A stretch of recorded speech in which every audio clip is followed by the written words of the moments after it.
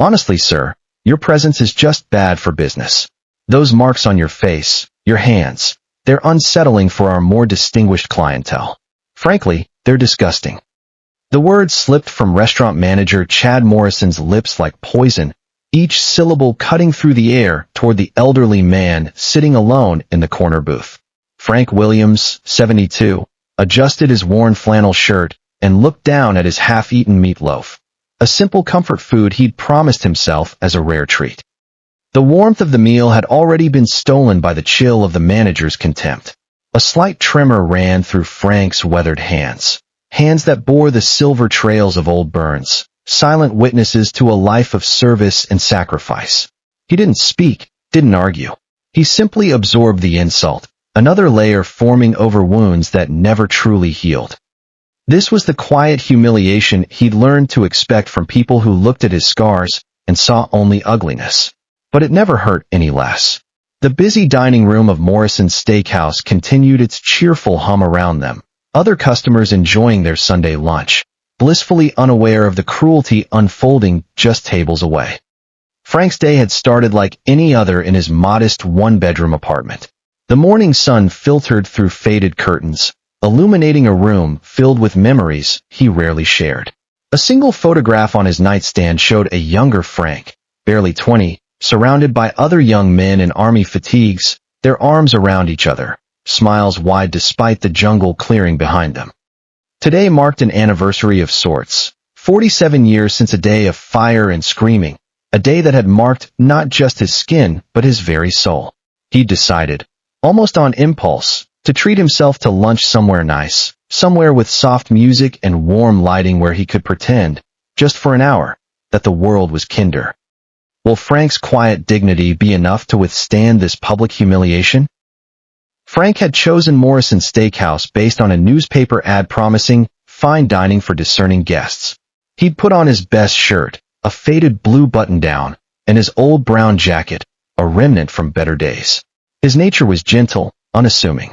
He preferred shadows to spotlights, his voice rarely rising above a whisper. He wasn't seeking recognition or praise. He simply wanted a moment of peace, a decent meal, perhaps a brief escape from the loneliness that had become his constant companion. The restaurant buzzed with the Sunday crowd, families celebrating, couples on dates, business associates discussing deals over prime rib and wine. Frank watched them all with quiet observation, noting their easy confidence, their unmarked faces, their lives seemingly untouched by the kind of fire that had forged his own experience. He didn't resent their comfort. He simply observed, an outsider looking in, a ghost at the feast. Frank had just begun to relax, the aroma of his meatloaf bringing back memories of his mother's cooking, when Chad Morrison's shadow fell across his table. The manager approached with predatory confidence, a man in his late 30s, his dark hair slicked back, his expensive suit fitting poorly on his soft frame. Chad's small eyes swept over Frank, lingering on the faded jacket, the work-roughened hands, and most prominently, the scar that traced from Frank's left temple across his cheekbone, disappearing beneath his collar. A sneer tugged at Chad's lips. "Good afternoon," Chad began, his voice dripping with false politeness. "Is everything satisfactory?" Frank looked up, his expression mild. "Yes, thank you. The meal is very good." Chad leaned closer, lowering his voice to a conspiratorial whisper. "It's just that, well, we maintain a certain atmosphere here at Morrison's. A particular level of clientele, you understand." Frank's brow furrowed slightly. "I'm not sure I follow, son." The word son seemed to irritate Chad. His smile tightened into something ugly. What cruelty will Chad unleash next, and how will Frank respond? "What I mean, sir, is that your appearance perhaps doesn't align with our establishment's image," Chad continued, making a dismissive gesture toward Frank's visible scars. "Those marks, they can be disturbing for some of our patrons." Frank's hand instinctively went to the scar on his cheek, a familiar, unconscious gesture. He said nothing, his gaze steady, drawing from a deep well of patience that Chad mistook for weakness. Emboldened by Frank's silence, Chad pressed on, his voice rising loud enough for nearby tables to hear. "We pride ourselves on creating a refined atmosphere. Distractions, you see, are unwelcome." The air around Frank's table grew thick with judgment. Several diners glanced over, some with curiosity, others mirroring the manager's disdain. A teenage waitress near the kitchen watched with pale concern, her fists clenched at her sides. Frank finally spoke, his voice quiet but firm, carrying no anger, only profound weariness. These marks, as you call them, are part of who I am. They tell a story. Chad scoffed, a short, harsh sound. Perhaps, but this isn't the place for such stories. This is a high-class restaurant, not a place for people who look like they've been through a war zone. The cruelty of the remark hung in the air like smoke. Frank's shoulders slumped just slightly, the only outward sign of the blow. He picked at his cooling meatloaf, his appetite gone. Are those from Vietnam? Chad continued, his tone mixing morbid curiosity with revulsion. We try to keep politics and unpleasantness out of Morrison's. It's about the experience, the luxury. He puffed out his chest. Some of our guests are sensitive. They come here to escape harsh realities, not be confronted by them. Frank looked directly at Chad, his eyes holding sudden, piercing clarity. There are some realities, young man, from which there is no escape, only endurance. But Chad was too intoxicated by his own authority to perceive the depth behind those words. He saw only an old man, poorly dressed and scarred, an unwelcome blight on his pristine establishment. Frank's patience is being tested to its limits. What will break first, his silence or Chad's arrogance? Emboldened by Frank's continued stoicism, Chad leaned both hands on the table, looming over the older man. His voice dripped with finality. Look, I'm going to be direct. Your presence is damaging our brand. People come here for an experience, for beauty. And frankly, sir, you're an eyesore. Those scars are disgusting. We've had complaints. This was a lie. The only complaint existed in Chad's own prejudiced mind. I'm going to have to ask you to finish quickly and leave. Perhaps find establishments more suited to your circumstances. Frank's jaw tightened almost imperceptibly. Years of quiet suffering, of casual disrespect, of being judged solely on the tapestry of pain etched into his skin. It all seemed to coalesce in that single, brutal moment. He set his fork down with deliberate slowness. For a long moment, he simply looked at Chad with deep, sorrowful understanding. Then, with a sigh that seemed to carry the weight of decades, he reached slowly into his jacket pocket. Chad watched with a smug, triumphant smirk, expecting Frank to pull out his wallet and slink away in defeat. Instead, Frank retrieved an old flip phone, a relic from simpler times. He opened it with scarred but nimble fingers and pressed a single speed dial number. He held the phone to his ear. It rang twice. Thompson? It's Frank Williams. I'm at a place called Morrison Steakhouse downtown. Yes, I could use some company. Thank you. He closed the phone and placed it gently beside his plate. Chad scoffed, recovering his composure. Calling for backup, old man? What are you going to do? Have your retirement home buddies come complain? He laughed, a harsh, unpleasant sound. Frank didn't respond. He simply waited, his gaze fixed on some distant point beyond the restaurant walls, his weathered face calm as stone.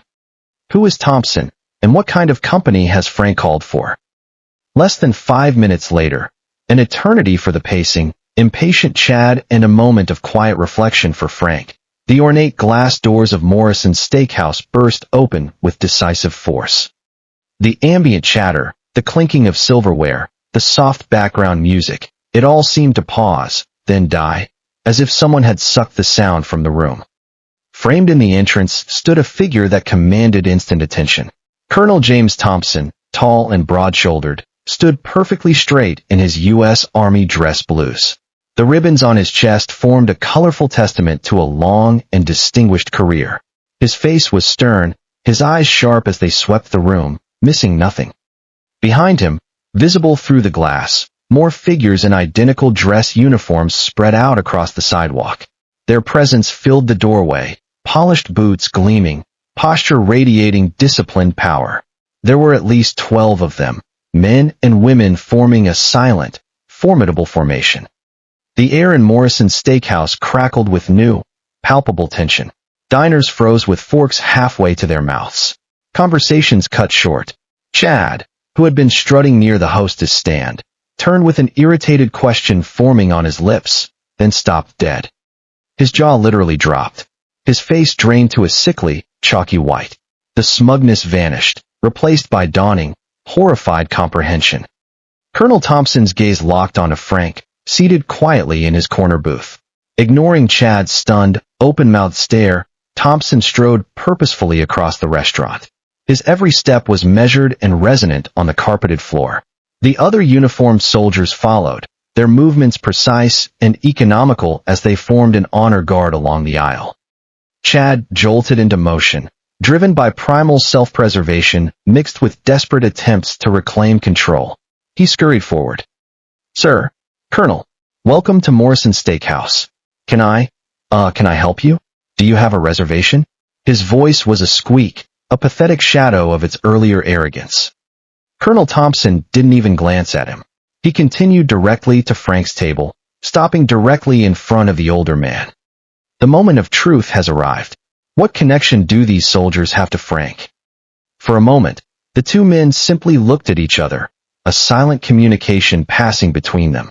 Years of shared history, of respect forged in combat's crucible, spoke louder than words. Then Colonel Thompson's stern features softened into profound respect and affection. "Frank Williams," he said, his voice clear and strong, resonating through the now utterly silent restaurant. "It is an honor to see you, sir." He then executed a crisp, perfect salute, not casual, but full formal military honors, a mark of the deepest respect. The other 12 soldiers snapped to attention as one, their eyes fixed forward in silent, powerful tribute. Frank slowly, almost painfully, pushed himself straighter in his seat. A flicker of something, pride, sorrow, remembrance, passed across his weathered face. He gave a slight acknowledging nod. "James," he said, his voice thick with emotion. "Thank you for coming." Chad's face had drained of all color. He looked from Frank to the colonel, then to the stoic soldiers lining the aisle, his mind struggling to process the impossible scene unfolding before him. Colonel Thompson slowly lowered his salute, his gaze still fixed on Frank. Then he turned, his eyes like chips of ice, pinning Chad to the spot. The manager visibly wilted, shrinking under the weight of that stare. "This man," Thompson began, his voice low, controlled, yet carrying the unmistakable ring of command. Each word fell like a hammer blow.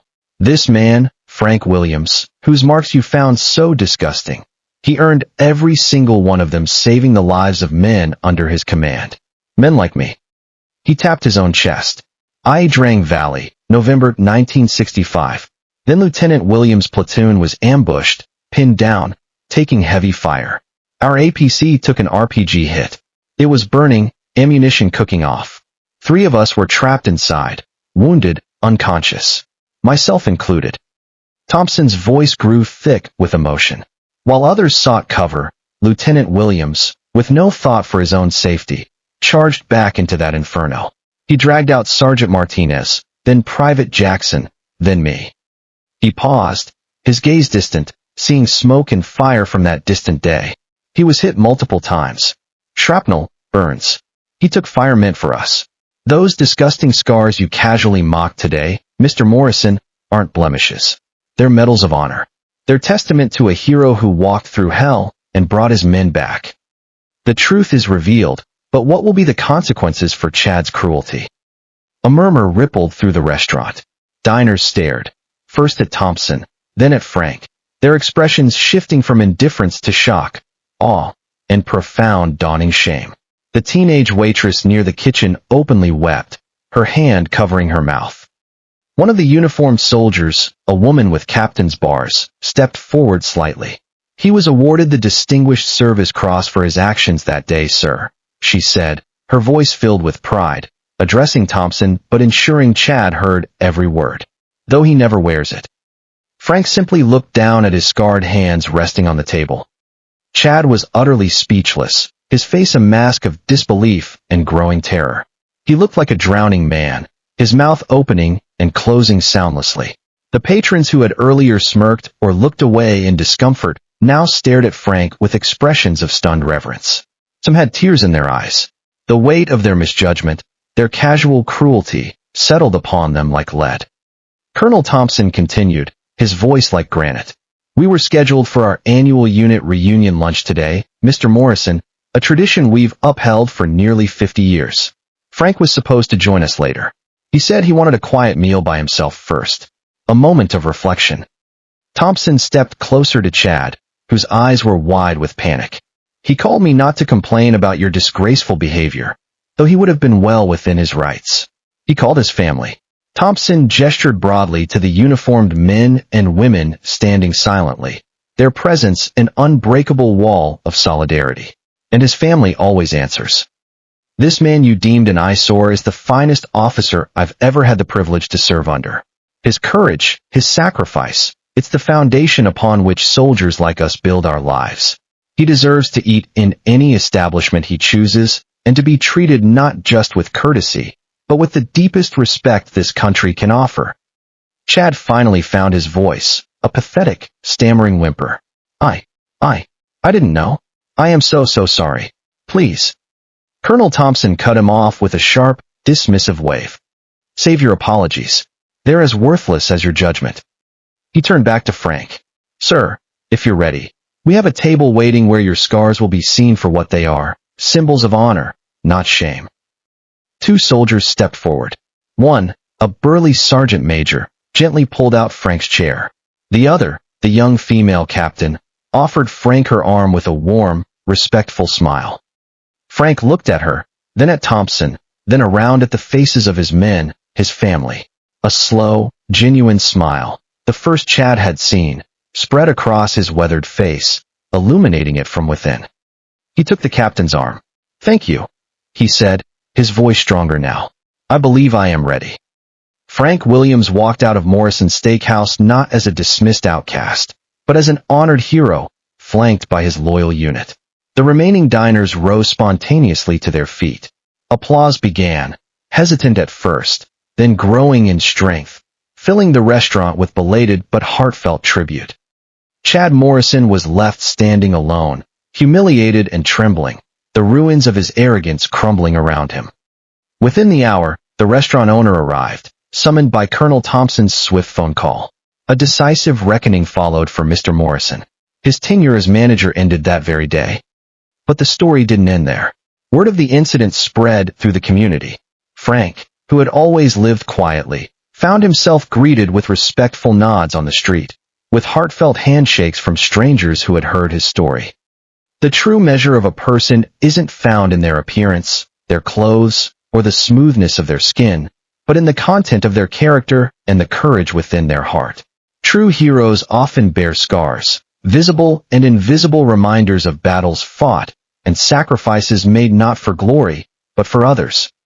Weeks later, the young waitress from Morrison's, now working at a different, more welcoming cafe, saw Frank passing by. He walked a little taller now, quiet dignity radiating from him. Their eyes met. She smiled and gave a small, respectful nod. Frank Williams, the man whose scars told a story of incredible bravery, smiled back and nodded in return. A silent acknowledgement of shared humanity, a testament to the enduring power of respect finally given and honor finally seen. Morrison Steakhouse, under new management, installed a small plaque near its entrance.